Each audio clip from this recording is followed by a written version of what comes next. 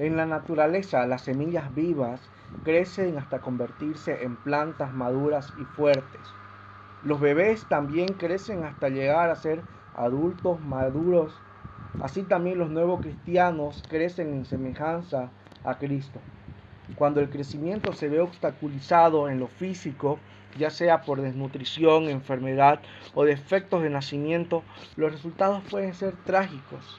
Pero una tragedia aún mayor es cuando un creyente no crece ni madura espiritualmente. Después de todo, los cristianos inmaduros no pueden apreciar de lleno todas las bendiciones y los privilegios que Dios les ha reservado, ni pueden servirle con la utilidad que Él desea. El título de hoy se llama Crecer o Perecer, porque el verdadero cristiano, el verdadero creyente, inevitablemente tiene que crecer durante toda su vida espiritual. Si no crece, perece. Porque el crecimiento es un rasgo distintivo de haber nacido de nuevo. Quiero que podamos ver lo que el Señor tiene para decirnos acerca del crecimiento espiritual. El pasaje de hoy se encuentra en el libro de Primera de Juan, capítulo 2, versículo 12 al 14. Os escribo a vosotros, hijitos, porque vuestros pecados os han sido perdonados por su nombre. Os escribo a vosotros, padres, porque conocéis al que es desde el principio. Os escribo a vosotros, jóvenes, porque habéis vencido al maligno. Os escribo a vosotros, hijitos, porque habéis conocido al Padre. Os escribo a vosotros, padres, porque habéis conocido al que es desde el principio. Os escribo a vosotros, jóvenes, porque sois fuertes y la palabra de Dios permanece en vosotros y habéis vencido al maligno. Debemos entender que esta carta fue escrita principalmente para refutar a aquellos falsos maestros que estaban presentando doctrinas gnósticas. Juan nos ha estado exhortando a caminar y a vivir por la verdad, obedecer los mandamientos de Dios y a tener una comunión con Dios cada vez más fuerte. También nos explica de que podemos lograr cosas en Cristo. Juan ya sabía que para hacer frente a estas falsas enseñanzas, el cristiano debe crecer hasta ser maduro espiritualmente. Hay distintas etapas del crecimiento, por lo cual todo creyente debe recorrer después de haber nacido. Por eso es que hoy vamos a ir explicando detalladamente cuáles son esas etapas de nuestro crecimiento espiritual. Entonces, la pregunta que debemos respondernos el día de hoy es: ¿cómo debe ser el crecimiento espiritual del creyente? En primer lugar, podemos ver que los creyentes comenzamos como hijos espirituales. Eso lo podemos ver en el versículo 12 y 13 que nos dice: Os escribo a vosotros, hijitos, porque vuestros pecados os han sido perdonados por su nombre. Os escribo a vosotros, hijitos, porque habéis conocido al Padre. En el versículo 12 y en la última parte del versículo 13 tenemos la palabra hijitos. El versículo 12, la palabra correctamente traducida es teknia, que significa nacidos. Y esta se usa en el Nuevo Testamento para describir a los cristianos, a los nuevos creyentes, como hijos de Dios. Este versículo nos habla de un recordatorio del perdón de Dios a los creyentes de todas las edades, hijos espirituales que han nacido, que Dios ha restaurado su vida. Y es cierto que en cualquier etapa que nos encontremos podemos recordar que Dios nos ama de la misma forma y nos ha perdonado de igual manera. Tanto el creyente como el recién convertido tienen el mismo perdón de parte de Dios. Con este recordatorio es que Juan empieza a explicarnos cómo es que nosotros como cristianos nacidos de nuevo empezamos a experimentar la vida de creyente a lo largo del recorrido. Sé que muchos de ustedes, hermanos, han sido padres o son padres. Quiero hacerles recuerdo cómo fueron aquellos primeros días de nacidos de sus hijos. Estoy seguro que ellos básicamente podían reconocer la voz de papá y de mamá. Los bebés empiezan a tomar leche materna aproximadamente cada 2 horas. pero ellos no están capacitados para entender todas las instrucciones que se les dan. Ellos no pueden comer alimentos sólidos aún, porque no tienen desarrollado su sistema digestivo y tampoco tienen dientes como para poder comer una carne o tal vez degustar algo mucho más fuerte. De la misma forma, el creyente que ha nacido de nuevo tiene un parecido a un bebé recién nacido. Recién está aprendiendo a obedecer a su padre y aún no se ha dado el festín con la nutritiva carne espiritual de la doctrina de nuestro Señor. El hijo espiritual aún no discierne cabalmente las falsas enseñanzas ni los falsos ni las falsas doctrinas. El hijo espiritual está enamorado de su padre, disfruta mucho tiempo de conocerlo. En internet hay muchos videos de bebés tiernos, hay algunos de ellos donde los bebés lloran al escuchar cuando su madre canta. Hay otros videos donde los bebés no pueden quitar la vista de su mamá por varios minutos. Hay muchos videos que nos hablan claramente de este amor que tiene un bebé con su madre. Así es como nosotros como cristianos nuevos tenemos ese vínculo parecido. Empezamos a experimentar esa pequeña comunión con nuestro Padre y no queremos que nada nos separe de ese bello momento. Somos nacidos espiritualmente, hijitos espiritualmente, que aún no conocen muchas cosas a profundidades que nos habla la Biblia, pero gozamos de una comunión muy amorosa con nuestro Padre, el primer amor como se dice. Pero así como a un bebé no se le puede dar un veneno esperando que lo rechace porque él no entiende, tampoco podemos esperar que los hijos espirituales, los hijitos espirituales puedan rechazar aquellas falsas doctrinas, aquellas malas enseñanzas que abundan hoy en día. Pero el objetivo es que el cristiano no se quede como hijito espiritual.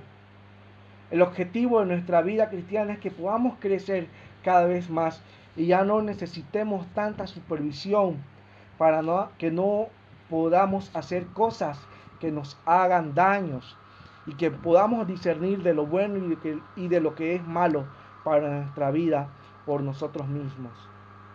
Quiero hacerte una pregunta. ¿Qué hay acerca de ti? Quizás piensas que eres un hijo espiritual o tal vez que ya no eres un hijo espiritual porque ya perteneces varios años a la iglesia. Pero déjame decirte que el tiempo no determina tu crecimiento. Así como hay muchos hermanos que llevan décadas y décadas en la iglesia, pero aún siguen siendo inmaduros espiritualmente. Como hay hermanos que no llevan mucho tiempo, pero ya han dado un paso, ya no son hijitos espirituales, ahora son jóvenes espirituales.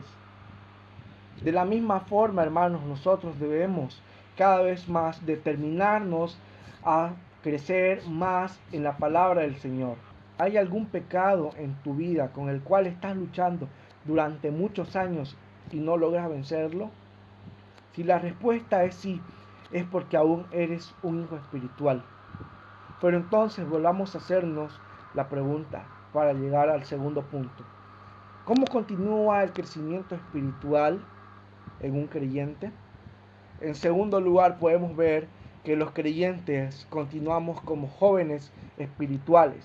Los versículos 13 y 14 nos hablan de jóvenes espirituales. Y dice así: os escribo a vosotros jóvenes porque habéis vencido al maligno. Os escribo a vosotros jóvenes porque sois fuertes y la palabra de Dios permanece en vosotros y habéis vencido al maligno.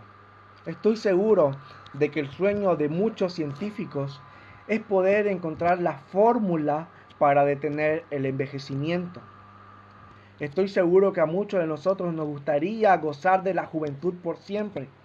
¿A qué hombre no les gustaría disfrutar de todo el vigor que tenía a los 25 años, pero que sea durante toda su vida? ¿O a qué mujer no le gustaría tener aquella piel tan suave y bella, sin arrugas, o un cabello suave y sedoso sin canas, como lo tiene aquella señorita de 21 años, pero que esto sea prolongado durante toda su vida. La etapa de nuestra juventud sin duda es una etapa muy hermosa, en la cual debemos disfrutarla al máximo. Pero el apóstol Juan nos anima a disfrutar de la misma forma nuestra juventud espiritual. Cuando describe a los jóvenes espirituales y menciona 3 aspectos esenciales de los cuales están en los jóvenes espirituales. El primero es que ellos son fuertes. La palabra de Dios permanece en ellos y por último han vencido al maligno. Así que debemos explicar cada una de estas características para ver cuáles son las fortalezas de los jóvenes espirituales. En primer lugar, se nos dice que son fuertes. La palabra fuerte nos quiere decir de alguien que es enérgico y vigoroso. Si esto lo aplicamos en nuestra vida espiritual, el creyente es fuerte porque ha dejado de ser un niño espiritual, ha dejado de ser un hijito espiritual, porque ya no es engañado fácilmente por las falsas enseñanzas. Pablo en Efesios nos dice que ya no seamos como niños fluctuantes que son llevados por doquier por los vientos de las doctrinas. Por lo tanto, el joven espiritual ya no es un niño que se hace engañar. Es alguien que puede plantar pelea y desenmascarar las falsas enseñanzas. Es un joven espiritual que ya nadie puede cambiar su concepto del evangelio bíblico, porque ya ha determinado a estudiar seriamente la palabra de Dios y con honestidad. El joven espiritual es aquel de que tiene un concepto correcto de lo que es un estudio profundo y llega a atesorar la palabra de Dios en su corazón. En segundo lugar, la palabra de Dios permanece en ellos. El joven espiritual es un joven en el cual la Biblia permanece en él. Lo más correcto sería decir, está permaneciendo en la palabra de Dios. La idea es que Dios es inamovible en esta persona. Su mente está concentrada en el estudio serio de las Escrituras. La razón es que ya es fuerte porque ha dejado de tomar leche materna espiritual. El joven espiritual ya tiene un sistema digestivo apto para poder comer alimentos sólidos. Ya tiene dientes para triturar y disfrutar de un banquete espiritual de parte de Dios. El joven espiritual es aquel que ya no se deleita solamente con leer 10 minutos o un devocional corto. Ahora el joven espiritual es aquel que atesora estudiar profundamente la palabra de Dios, que ama y se deleita en estudiar a profundidad la Escritura, la doctrina de nuestro Señor Jesucristo y todo lo que en ella implica para nuestra vida cristiana.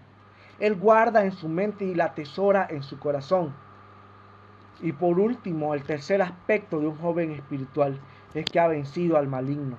Pero ¿cómo es que el joven espiritual ha vencido al maligno? Ciertamente no es arrebatando cosas al diablo, como dicen algunos, sino el énfasis principal es que el joven espiritual ha estudiado la Biblia seriamente, conoce bien las doctrinas de la fe cristiana, está preparado para mantenerse firme ante los ataques del enemigo, que son las falsas doctrinas y las ideologías contrarias al cristianismo. La sana doctrina le permite estar preparado y armado para refutar aquellos errores y proteger y proclamar las verdades de las Escrituras. Te animo a que puedas crear disciplinas espirituales para poder crecer más en la palabra de nuestro Dios. El joven espiritual es aquel que conoce la palabra de Dios y vence a Satanás, pero aún no ha llegado a la madurez completa. Y esto nos lleva al último punto. ¿Cómo debe ser el crecimiento espiritual en la madurez? Y el último punto que podemos ver es que los creyentes terminamos como padres espirituales. El versículo 13 y también el 14 nos dice: os escribo a vosotros padres, porque conocéis al que es desde el principio. Os escribo a vosotros padres, porque habéis conocido al que es desde el principio.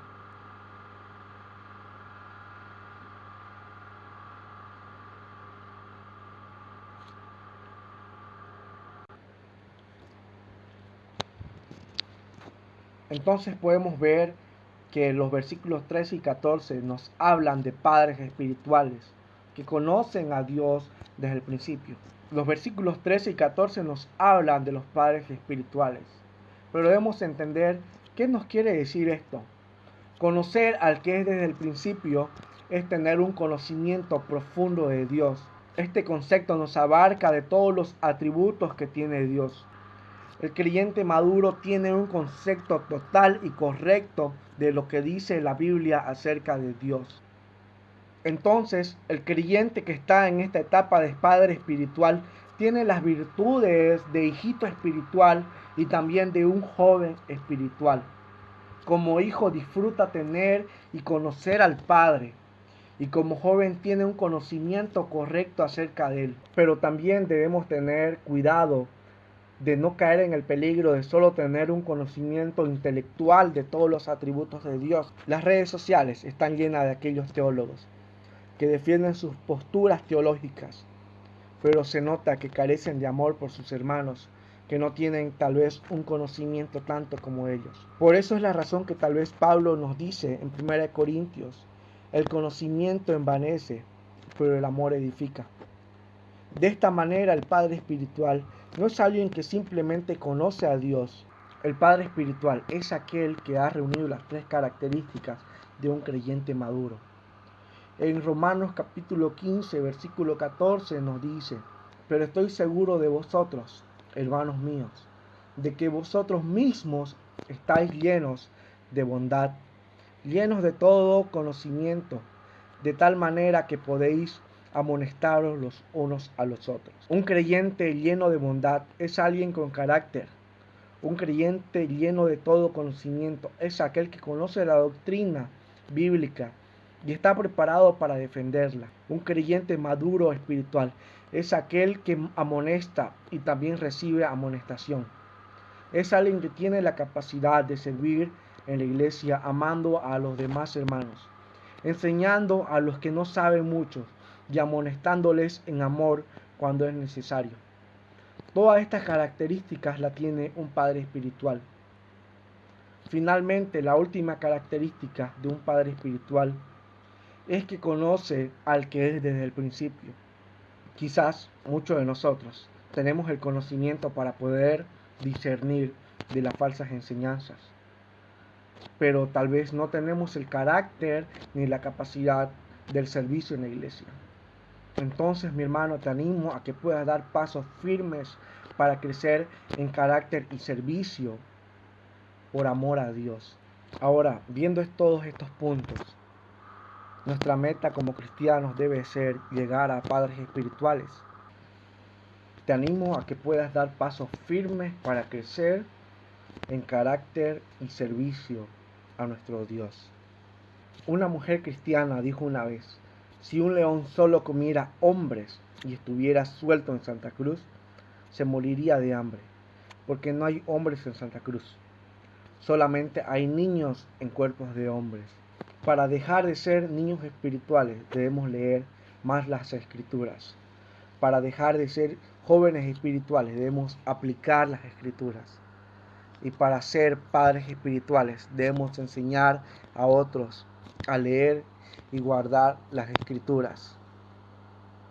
Es tiempo de que tomemos muy en serio la palabra de Dios y que nuestro anhelo sea crecer y formarnos padres espirituales que puedan guiar a otros al conocimiento correcto de nuestro Señor. Que Dios los bendiga.